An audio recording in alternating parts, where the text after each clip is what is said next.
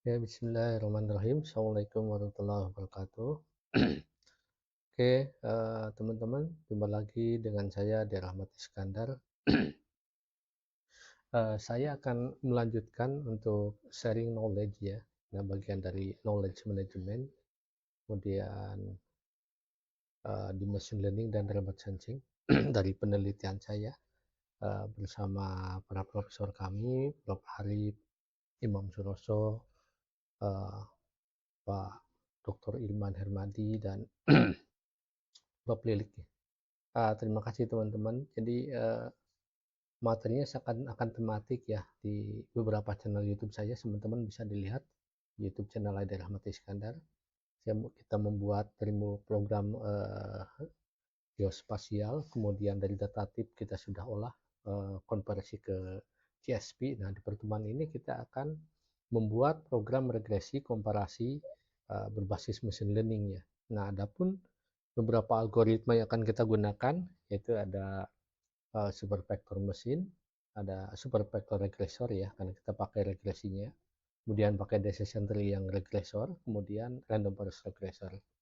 Oke ya teman-teman, saya di sini berbeda dengan slide sebelumnya ya. Nanti akan ditampilkan ada materi kalau bagian dari part of penelitian saya. Saya tampilkan bahwa karena saya selaku student atau mahasiswa S3 Ilmu Komputer by Research di PP University, kemudian Telkom University adalah institusi saya, tempat saya bekerja sebagai dosen dan pektab di Telkom University. Kemudian DigiScience ID itu adalah startup yang dulu kebetulan saya membuatnya ya sekitar 2 tahun yang lalu. Ini platformnya ada web-based dan apps. Jadi intinya sebenarnya platform untuk berbagi di bidang programming dan ICT ya. Oke, kita akan lanjutkan teman-teman. Nah, saya sedikit akan snapshot dulu. Kita sebenarnya akan banyak coding ya teman-teman. Tetapi bagi teman-teman yang baru, mungkin ada baiknya saya sampaikan dulu. Karena kita akan menggunakan versi Python-nya yang sudah eh, katakanlah sudah advance ya. Jadi saya di beberapa buku-buku yang saya tulis teman-teman bisa baca di menguasai program berorientasi objek, menguasai program berorientasi objek. Di sana ada featuring Java. Jadi konsep algoritmanya sama. Mungkin yang masih dasar bisa pelajari dulu apa itu selection, runtunan, kemudian looping gitu ya. Itu dasar. Kemudian di programan Laravel yang kami tulis dengan Pak Yono, kemudian di programan CI juga dasar-dasar .NET yang saya tulis. Cukup banyak buku yang alhamdulillah saya tulis dan saya juga berkolaborasi terus dengan uh, Pak Yono ya di beberapa buku kita sudah tulis dan dipasarkan dan diterbitkan secara nasional, diterbitkan di pasarkan nasional. Nah, di pertemuan ini cukup advance, makanya saya ingin menjelaskan ke teman-teman. Sudah ini nanti akan live coding, uh, mungkin codingnya udah saya siapkan juga biar waktunya lebih efisien juga ya. Jadi oke, saya akan jelaskan dulu. Jadi kita akan menggunakan namanya Pandas. Pandas ya. Pandas ini bagian dari Python. Pandas ini untuk apa? Nanti ada digunakan untuk mengolah data dalam bentuk tabel atau data frame ya. Jadi nanti si data geotip yang kita olah, nah ini sebenarnya si data geotip yang eh, bentuknya itu nanti berupa latitude dan longitude. Jadi bentuknya seperti koordinat, kemudian nanti ada target, ada value. Nah, nanti supaya kita bisa paham isinya kalau kita ngezoom pakai satelit, karena data itu yang kemarin saya lakukan adalah mendapatkan dari satelit Landsat 8, 30 meter ya. Jadi cukup dekat ke bumi ya, 30 meter itu dekat lah kalau kita lihat dari atas itu dekat 30 meter itu. Apalagi ini dari satelit itu ya. Dan bisa sampai 10 meter juga kalau misalkan dengan Sentinel 2A ya. Nah, kalau jadi nanti bisa lebih presisi. Nah, jadi datanya kita akan tampilkan dalam bentuk tabel. Kita gunakan library Pandas. Kemudian ada NumPy. NumPy ini untuk melakukan operasi matematik. Nah, terutama pada array dan matrix. Nah, teman-teman yang belum tahu apa itu array, bisa lihat di buku-buku yang saya tulis atau di YouTube channel ini juga. Kalau salah saya menulis beberapa materi tentang coding ada dengan R, ada dengan Java. Ya, silahkan disimak. Bahkan ada saya bikin kalau salah di YouTube channel ini saya bikin membuat aplikasi game tic-tac-toe ya, menggunakan Java ya. Itu backgroundnya visual, itu adalah konsepnya array ya. Nah, jadi kurang lebih array itu adalah kumpulan data yang sama gitu kurang lebih. Kemudian ada train test split dari sklearn dot model selection. Nah, ini sebenarnya yang kita lakukan untuk apa? Kita memerlukan ini untuk membagi data. Jadi kalau di machine learning itu, kita nanti akan membagi data menjadi dua. Ada data yang namanya data training atau data latih, ada yang namanya data uji. Nah, biasanya kalau data training ini harus lebih besar. Misalkan berapa persen uh, data trainingnya, kemudian 80% gitu ya. Data uji berapa? 20% gitu ya. Jadi jangan sampai misalkan data diuji itu katakanlah hanya di bawah 40%. Nanti model algoritmanya nggak bagus gitu ya. Bahkan ada yang membagi dua, 30, 70, tetapi kita saranin 20 dan 80% ya. Nah, paling tidak itu ya. Kemudian ada standar Scholar. Nah, ini adalah untuk menormalkan dan atau standarisasi dari feature data yang agar memiliki skala yang sama ya. Jadi nanti feature yang sama, misalkan kita buat min-nya sama dengan 0, standar deviation-nya sama dengan 1 gitu ya. Kemudian nanti kita akan menggunakan tadi ya ada SPR, ada support vector regression, kemudian kita pakai decision tree regressor, pakai random forest regressor ya. Nah, nanti yang kita hitung apa? Kalau di dalam regresi, teman-teman, itu yang dihitung adalah namanya ada MSE ya, atau mean squared error, dan R to score itu ya. Nah, makanya kita tampilkan ini library-nya. Jadi ini metrik untuk mengukur seberapa baik modelnya untuk melakukan prediksi. Nah, kalau perhitungannya gini, kalau R squared score semakin besar semakin bagus. Misalkan kita ketahui satu model X ternyata menghasilkan R square skornya itu adalah 0,81 gitulah, oke lah. Berarti itu 81% udah sangat bagus itu ya. Tapi kalau misalkan model masih 70, ya memang 70 kalau algoritma baru mungkin masih dianggap kebaruan, oke gitu ya. Tapi kalau misalkan nanti ada yang improve lagi lebih bagus, ya lebih bagus di atas 80% ke atas itu. Syukur-syukur sudah 90 atau 100 ya. Itu biasanya agak jarang juga ya kalau di penelitian yang bonus 100%. Kemudian kalau MSE atau mean squared error semakin kecil semakin bagus. Misalkan ada datanya 0,5 itu ya. Ada lagi yang lebih kecil 0,02 itu. Ada lagi yang lebih kecil misalkan 0,002 itu ya. Nah, itu semakin kecil, semakin mendekati uh, 0 itu nilainya semakin bagus itu ya. Kemudian ada matplotlib, pyplot di sini untuk visualisasi data. Jadi kita akan menampilkan datanya nanti dalam berbentuk grafik, bisa grafik yang 3D, 3 dimensi, bisa berbentuk grafik yang sifatnya scatter plot ya. Nah, jadi teman-teman perlu dipaham dulu, sabar sebentar sebelum kita coding. Kenapa? Karena nanti supaya meskipun teman-teman katakanlah programmer pemula, begitu belajar paling tidak secara general tahu dulu gitu fungsinya untuk apa. Nanti akan lebih kebayang gitu.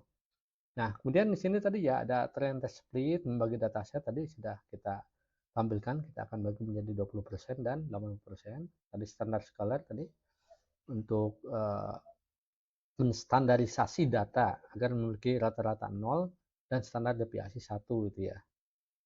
Oke. Nah, kemudian tadi misalkan nih nanti misalkan kita ada picture ya teman-teman. Jadi nanti ada materi mungkin konsep yang ingin saya sharingkan juga jika teman-teman masih ada yang kebingungan. Jadi kalau di dalam machine learning itu kan ada dua, ada yang disebut dengan feature atau variabel biasanya, kemudian ada yang disebut dengan target atau value-nya. Feature itu sama dengan variabel aja inputan. Karena di dalam machine learning itu ada dua tipe.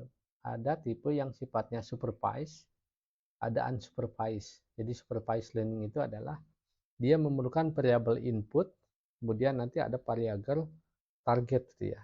Tapi kalau unsupervised tidak memerlukan uh, input biasanya. Jadi dia nanti akan belajar dari si data tersebut ya.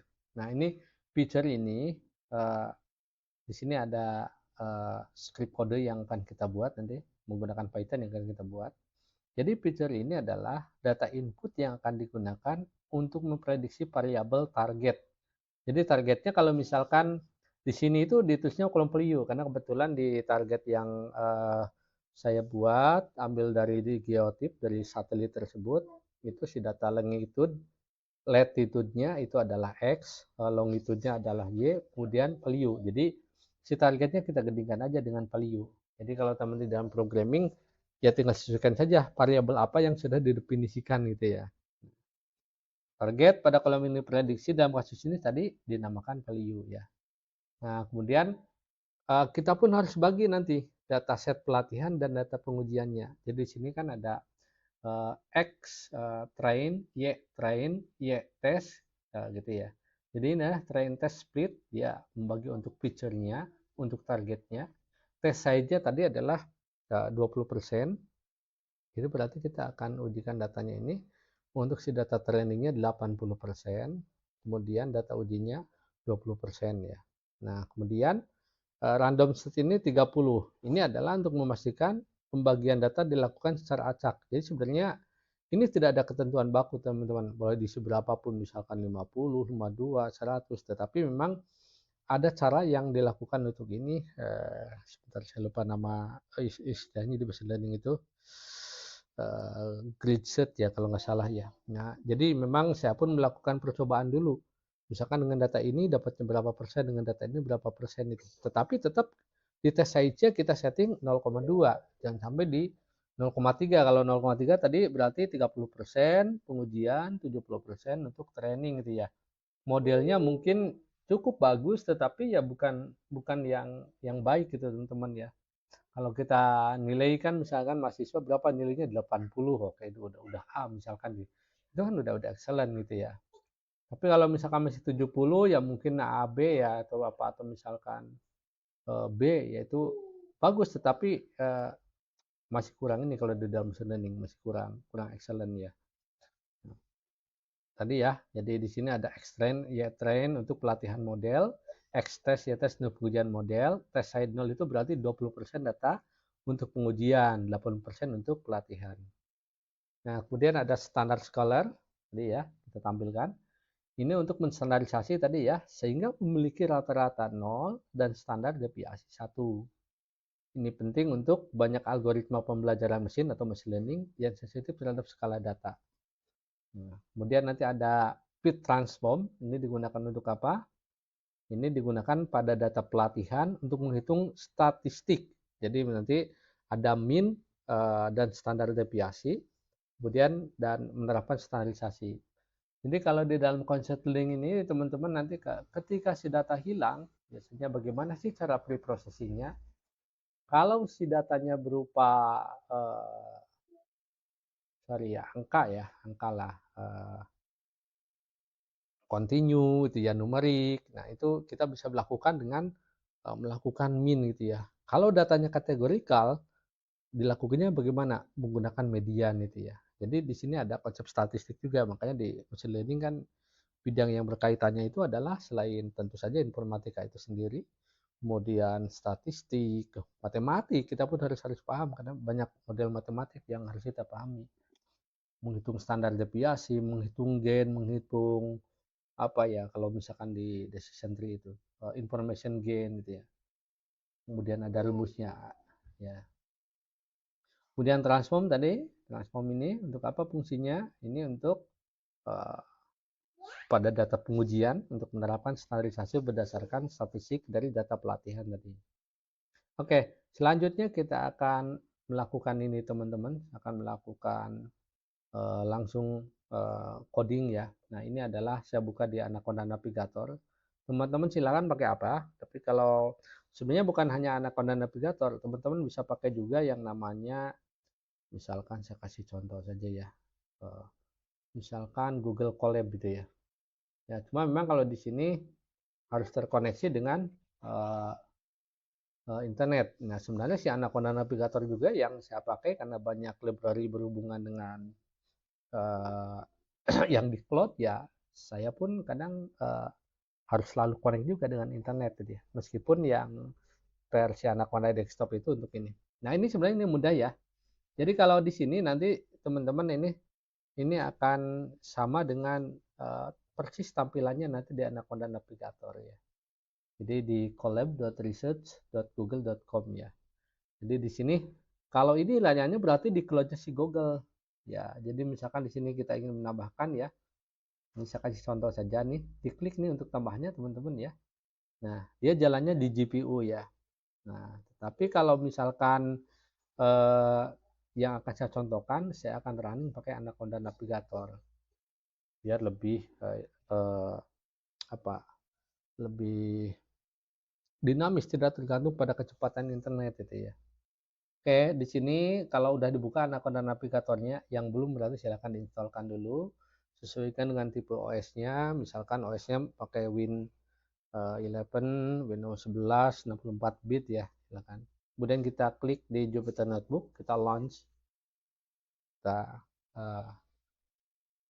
Oke, untuk session ini sebenarnya saya sudah membuat programnya biar lebih mudah. Mungkin kalau di dalam kelas biasanya saya mengajarkan ke mahasiswa itu lebih senang live coding. Jadi saya pun ngoding langsung di depan teman-teman mahasiswa biar kita bisa trial uh, errornya itu ya. Itu kan dari awal itu ya. Tetapi karena di materi online kalau semakin berbeda kan, kalau misalkan kita semakin lama nanti akan kurang efektif, misalkan 2 jam bla bla bla. Nah, makanya saya udah menyediakan skripnya. Oke, untuk skripnya saya ingin sharingkan yaitu di program menggunakan komparasi untuk regresi NDPI di hutan kota Tebet. Untuk dataset yang disediakan itu adalah dari tahun 2020 sampai 2021. Nah, jadi di sini nanti teman-teman bisa dilihat, saya perbesar sedikit. Ini sebenarnya materi-materi yang berkelanjutan ya. Di materi sebelumnya saya buat program untuk machine learning konversi data dari geotip atau data spasial hutan kota ke dalam CSP. CSP ini yang akan kita perlukan di materi ini. Bagaimana memperoleh data geotip? Lihat lagi di YouTube saya sebelumnya, teman-teman. Saya membuat kita coding menggunakan Google Earth Engine, menggunakan konsepnya JavaScript ya, untuk bagaimana mengcapture si satelit di hutan kota yang diteliti. Misalkan Tebet Ecovak tadi ya, di zoom dari satelit, didapatin data. Bagaimana supaya dapatkan data presisi? Lihat lagi di materi yang sebelumnya. Saya membuat membuat poligon dengan Google Earth Pro. Jadi materinya kalau dari awal, satu membuat poligon dengan Google Earth Pro, kemudian datanya konversi menggunakan QGIS, kemudian saya menggunakan coding untuk Google Earth Engine, kemudian datanya kan nggak kita pahami kalau data satelit itu. Datanya spasial, mungkin ribuan data latitude, longitude gitu dan value-nya. Tetapi harus kita pahami kalau datanya udah ditampilkan berbentuk grafik, berbentuk scatter plot kita akan paham gitu. Nah, dari CSP tadi baru kita bisa dibuat ini. Jadi kalau teman-teman sebelum ke sini simak video di judulnya program konversi CSP konversi data spasial atau geotip ke CSP. Sama Bayi Ade Rahmat standar ya, silakan di googling di sini. Oke, jadi ini sangat mudah ya teman-teman ya. Untuk yang baru sebenarnya sama aja. Misalkan ini baru ya teman-teman ya, tinggal diklik tadi New Python ya di sini. Kalau misalkan masih bingung, nah misalkan di sini saya kasih contoh data yang baru di Python 3. Kan si Python itu dia itu berbasisnya apa ya? Seperti command line gitu ya. Jadi misalkan saya membuat perintah di sini gitu ya. Perintah di sini kayak tadi contohnya import pandas gitu ya. Misalkan atau misalkan saya kasih coba katakanlah X sama dengan 4 gitu ya. Seperti ini ya. Nah, kemudian saya enter. Tekannya harus Ctrl Enter teman-teman atau klik button run. Jadi di sini yang tadinya kosong, in-nya di sini lainnya nih jadi 1. Nah, kemudian saya buat di sini katakanlah ini sebagai contoh saja ya teman-teman ya. Ya pemanasan lah kalau sebelum olahraga. Y sama dengan 5 itu ya. tekan run. Oke, ini di sini jadi 2 nambah ya. Misalkan Z sama dengan X tambah Y gitu ya. X tambah Y. Jadi kemudian di sini, oke ini tambah lagi ya scriptnya. Ini kita tekan lagi, saya tekan Ctrl sama Enter bareng ya. Kemudian print,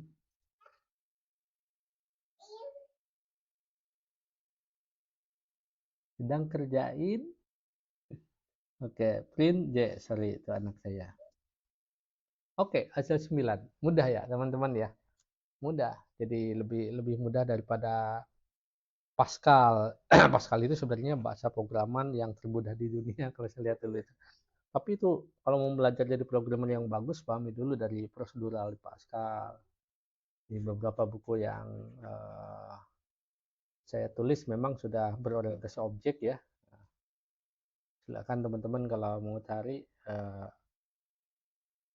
tulis aja di Google buku karya atau buku Adi Rahmat Iskandar gitu ya.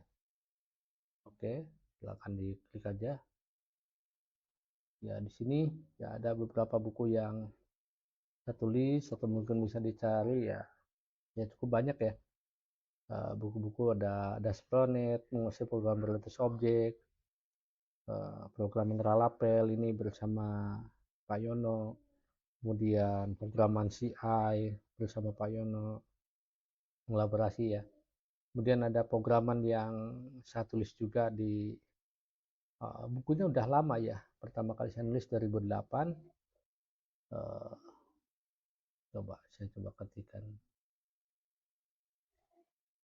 Ini belum pernah saya update lagi ya, tetapi memang saya cek sih di beberapa perguruan tinggi di perpustakaannya masih mengadopsi buku ini. Mungkin kalau dituliskan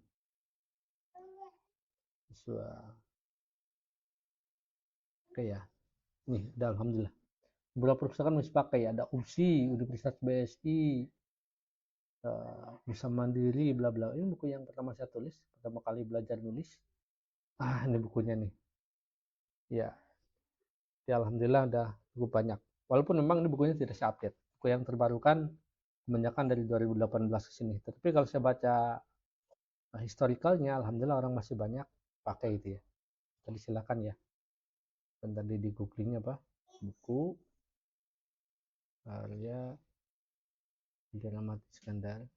Alhamdulillah ini buku-buku yang diterbitkan secara nasional ya. Oke, itu aja teman-teman. Jadi sedikit iklan lah, maaf ya teman-teman. Iklan ilmiah lah.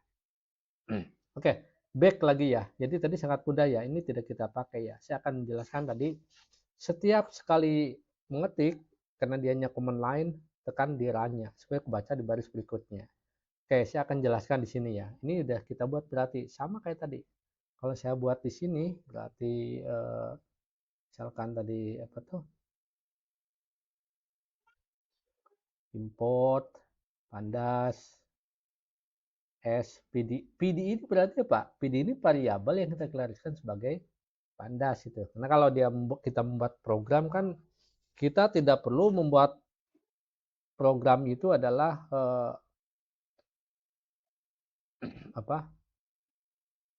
Panjang variabel itu nggak perlu. Kan kalau kita buat program itu bisa diwakili dengan variabel. Jadi kita mendeklarasikan akan mengekspor pandas sebagai PD, kemudian input numpy SNP, gitu ya. Tadi sudah saya jelaskan. Numpy untuk menghitung matematiknya ada. Kemudian sklearnya tadi model selection kita membuat train test split tadi ya. Kemudian standar scholar tadi untuk membuat standar deviasi dan rata-rata min ya. Kemudian kita menggunakan SPR, kita memanggil import decision tree regressor, menggunakan random forest regressor. Ini terlalu besar enggak teman-teman? Saya perbesar lagi. Kemudian kita mengimport mean squared error dan R2 score. Kemudian kita akan menampilkan di matplotlib-nya. Ya. Nah, yang pertama dilakukan adalah kita membuat file path. File path di sini ini tinggal copy di drive di mana sih file tersebut disimpan. Jadi di sini filenya simpan ada di saya sharing aja mungkin ke teman-teman ya. Insya Allah nanti datanya akan di share publik ya teman-teman ya. Karena di penelitian ini masih berjalan, jadi nanti datasetnya masih saya gunakan ya. Insya Allah sesudah beres penelitiannya saya akan share publik. Biasanya kan kalau orang share publik itu di apa tuh di USI database atau di web yang lainnya yang berbagi ya. Ini saya akan gunakan. Jadi lihat teman-teman ada peneliti yang ingin menggunakan dataset di urban forest yang saya gunakan karena penelitian lebih banyak menggunakan remote sensing untuk urban forest berbasis machine learning. Jadi nanti semuanya itu menjadi di knowledge management kan. Ya itu nanti bisa di ini ya. Cuma saya kasih tunjuk dulu caranya ya. Jadi ada di sini, kemudian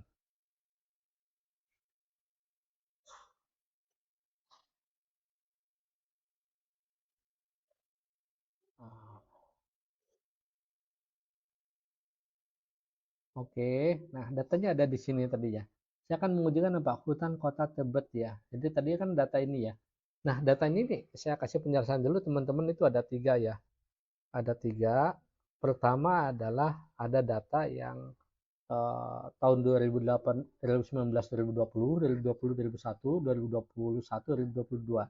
Jadi saya melakukan ngambil data dari satelit itu per tahun gitu ya. Jadi saya ingin tahu nih tahun 2021, 2022 itu bagaimana sih nilai kehijauannya itu loh. Kalau nilai kehijauan itu atau NPI itu hitungnya sorry dari eh, nanti ada pelajaran konsepnya akan saya sharingkan. Kalau tidak salah dari -1 sampai 1 gitu ya. Pokoknya yang mendekati 1 itu semakin bagus. Artinya semakin hijau, kalau pohonnya semakin sehat gitu ya. Nah ini saya udah buat datanya teman-teman. Datanya di sini ada output TEP 21. Jadi kalau kita ingin coba kita lihat dulu nih datanya, isinya apa. Nah, data geotip yang saya ambil dari satelit ini hasilnya seperti ini doang gitu ya. Kita nggak paham nih. XY value ini 106,86 min 6. Nah, biasanya ini apa? Ini biasanya ini berhubungan dengan latitude dan longitude. Kalau latitude itu apa? Uh, sebentar saya lupa lagi, tetapi uh, semoga tidak ketukar ya. Itu dari utara ke selatan, kalau longitude itu dari barat ke timur itu. Jadi kan ada perhitungan garis khatulistiwa, ada tim meridiannya gitu ya. Kan bumi itu kan di capture dari satelit ya. Nah, kemudian ini adalah value-nya. Nilai yang didapat ini 0,26, 0,21, berarti itu nilainya bagaimana tuh? Nanti nilainya semakin mendekati ke 1, itu akan semakin bagus itu. Ini kalau kita lihat nih ada berapa record nih. Kalau sebelumnya ketika saya menggunakan skala 10 itu sampai hampir 2000-an record ya. Ini skalanya saya pakai 40. Jadi di sini ada 421 record ya. Nah ini datanya, jadi caranya tinggal diklik aja di sini teman-teman, jangan di copy satu-satu ribet nanti kalau salah ketik eh, beda tulisannya atau variabelnya salah juga di sini. Di sini copy as path ya teman-teman ya, klik copy as path. Nah kalau udah tinggal kita back lagi ke sini, udah ke sini shift Fn. Nah tinggal di copy paste di sini. Jadi di sini nama filenya adalah output hktp 21 CSP. Tapi kalau misalkan ada teman-teman netizen, mungkin netizen itu ya, yang maksudnya yang memfollow atau mengikuti di YouTube saya di adalah Mati Iskandar dan memerlukan data, insya Allah nanti saya bisa sharingkan ya, biar teman-teman bisa praktekkan juga selain mendapatkan skripnya. Oke, tadi jenis filenya adalah file path-nya adalah CSV ya. Nah, data ini untuk apa? Kita untuk menampilkan 5 record pertama paling tidak. Jadi untuk mempelajari datanya tadi ya. Nah, kemudian tadi kita pakainya adalah targetnya value. Nah, karena tadi si di file CSV-nya kan tadi ada X ya, value gitu ya. Targetnya value. Ini adalah untuk tadi data split data ke dalam data training dalam dan data setting. Ada X-train, X-test, Y-train, Y-test. Kenapa? Tadi kan ada longitude-nya yang koordinat X, kemudian longitude-nya yang X untuk tesnya. Jadi X itu bagi dua, ada training, ada testing. Ya juga sama, ada training, ada testing. Nah, training test split, Ada feature, kemudian ada target ya. Jadi kan ada dua, ada feature, ada targetnya. Feature yang mana? X dan Y. Jadi teman-teman perlu dipaham dulu ya konsepnya kalau lupa lagi. Feature yang mana sih feature itu? X dan Y. Feature itu ini nih. X ini yang 106,855 sekian sekian, yang Y ini adalah min 6,234 sekian sekian, value-nya adalah 0,26. Ini X tadi itu disebutnya feature teman-teman kalau di machine learning ya. Atau atribut adalah kalau kita membuat program itu, atau variabel ya. Nah, value ini targetnya. Nah, kita back lagi ke sini. Jadi di sini train test splitnya feature, target, test size-nya tadi 0,2. Jadi kita akan ujinya sampai 80%. Random shape-nya 30. Ini hasil eksperimen yang alhamdulillah sudah saya lakukan. Ini memiliki model yang bagus ya untuk di 30 yang di random set 30 ini. Nah, kemudian tadi untuk standar scholar ya sudah dibuat untuk X-train-nya berapa, untuk X-test-nya berapa. Jadi kalau di running sebenarnya tinggal diklik aja run. Mungkin saya running ulang lagi aja. Ini data sebelumnya 0,2225546. Kita coba lagi aja run biar teman-teman bisa melihat. Oke, kalau ada tampilan seperti ini sebenarnya harusnya nggak ada ya teman-teman ya. Ini kalau lagi baca ini masih bintang, tapi kalau udah satu udah tampil nih. Nah, udah tampil datanya. Ini karena kemarin kebetulan saya oprek-oprekan, seharusnya di teman-teman tidak ada. Saya oprek-oprekan tipe lagi banyak, alhamdulillah. Masya Allah, tabarakallah, Allah mudahkan ya, udah cukup banyak program yang dibuat di machine learning ini, tapi kemarin sepertinya ada apa tuh, yang berhubungan dengan si visualisasi grafik, saya ingin tampilkan yang lebih advance lah gitu. Ternyata harus diupdate gitu ya, nah ternyata diupdate-nya bla bla bla bla, cukup banyak gitu ini, jadi saya cancel, jadi sini tidak apa-apa, ini hanya warning aja sih. Jadi misalkan nih ada new version kalau melakukan nggak, tapi nggak tidak merubah ke si esensi. Jadi saya biarkan dulu. Mungkin nanti sudah beres penelitian dioprek-oprek lagi ya. Jadi di sini nih, tadi 5 data pertama yang ditampilkan adalah ini kan kalau kita baca di array itu indeks yang ke satu nih, 0, 1, 2, 3, 4. Jadi kalau di array itu kan baca dari 0 ya. Java, Python sama gitu ya. Jadi X tadi ada 106,850,426. Y min 6,23 sekian sekian, value-nya 0,226. Sama nggak dengan data di Excel? Sama. Karena kan kita ambilnya dari datanya dari sini. Ya. Kalau teman-teman lihat di sini. Nah, coba kita bandingkan. Kita bandingkan. Ya, sama ya. 0,261. Iya. 5 record pertama sama. 1, 2, 3, 4, 5. Nah, sama. 0,6. Nah, jadi ini data dari ini ya. Oke, selanjutnya kita lanjutkan lagi. Sudah buat kita menampilkan data ini, nah kita sekarang membuat kode program untuk mentraining. Jadi kita ketikkan di ada SPM model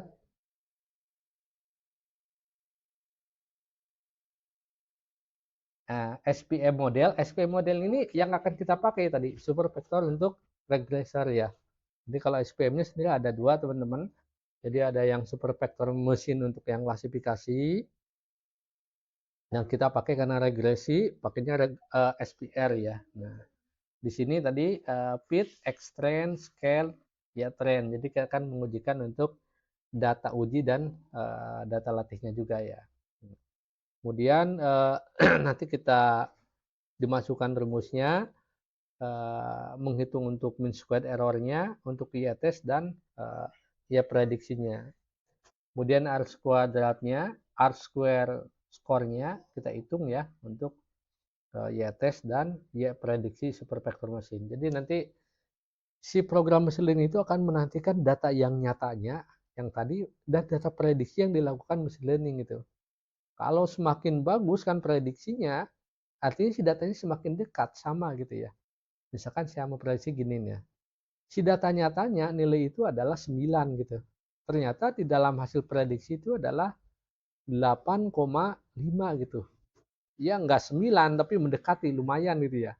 Tapi kalau prediksinya tadi data realnya adalah 9, kemudian data hasil prediksinya adalah 3 atau 2, nah itu berarti enggak presisi itu jauh banget gitu ya. Nah, kemudian kita membuat untuk yang tree model, sama ya, kita masukkan rumusnya, kita akan menghitung tadi Armin, kemudian arti square-nya, mungkin insya Allah di YouTube yang lainnya saya akan ingin sharing ke teman-teman bagaimana sisi algoritma ilmiahnya gitu ya, kita alternate-alternate data manualnya itu, sehingga kita tahu nanti cara penghitungan gain, information gain, standar deviasi. Jadi versi kita alternate manual, hitung kita dengan kalkulator yang saintifik gitu ya, hasilnya sama dengan yang dihitung oleh si machine learning gitu ya. Nah itu sebenarnya kalau di machine learning itu baiknya seperti itu teman-teman untuk memahaminya ya. Nah kemudian yang ketiga kita menggunakan random forest regressor ya. Nah kemudian nanti kita tampilkan SPM mean squared errornya berapa, decision tree-nya berapa, dan random forest berapa. Nah kita coba running ulang lagi ya. Oke. Oke, kalau sesudah kita running, teman-teman bisa dilihat di sini nih. Ya, berbesar dikit ya. Nah, ternyata SPM mean squared error itu 0,018. Ya, tadi mendekati yang 0 ya. Ini cukup bagus lah itu ya. Tetapi SPM R squared score-nya dia 0,68. Jadi ternyata untuk model dataset geotip tahun 2021-2022 ini untuk hutan kota Tebet Ecovak untuk NDPI kehijauannya dia hanya nilainya kurang dari 70 gitu ya, kurang dari 70%. Ya berarti modelnya tidak terlalu bagus ini dia si SPM. Berarti kalau nanti di grafiknya antara si realita dan yang hasil prediksinya itu banyak yang tidak cocoknya itu ya. Decision tree 0,01 7, ini lebih bagus sedikit ya. Ini kan 0,18 sekian-sekian, ini 0,017 sekian-sekian. Ini lebih uh, bagus gitu ya. Kemudian dia 0,69, hampir 70% ya. Nah, kemudian kita lihat yang random forest 0,008, lihat 2 digit ya di bawah nolnya. Ini sangat-sangat kecil ya, hampir presisi bagus. 0,008, kemudian R squared score-nya 0,86. Wah, ini udah di atas 80%, udah bagus ya untuk ini. Nah, makanya dari data ini, kalau teman-teman nanti lakukan penelitian, oke, berarti untuk dataset yang ini, cocoknya katakanlah di spasial ini, yang geotip kebetulan yang kami lakukan, ini ya kami itu maksudnya teman-teman, karena kalau dalam penelitian itu banyak kontribusi alhamdulillah dari para pembimbing, dari Prof. Arif, Pak Dr. Irman, Prof. Lili, kemudian kita pun karena mahasiswa doktor dan kebetulan alhamdulillah masya Allah tabarakallah saya by riset, jadi memang harus mandiri gitu ya. Belajar sana kemari dari kampus sebelah juga ke UI, ke UTM atau ITB-nya Malaysia juga gitu. Atau ke yang lain, dan tentu saja sebagai insan yang lemah kita berdoa terus kepada Allah, memohon pertolongan kalau ada kesalahan. Jadi kalau ada error itu ya kita coba bisa mendapatkan solusi. Alhamdulillah Allah kasih kemudahan sampai saat ini, dan semoga selanjutnya dimudahkan ya.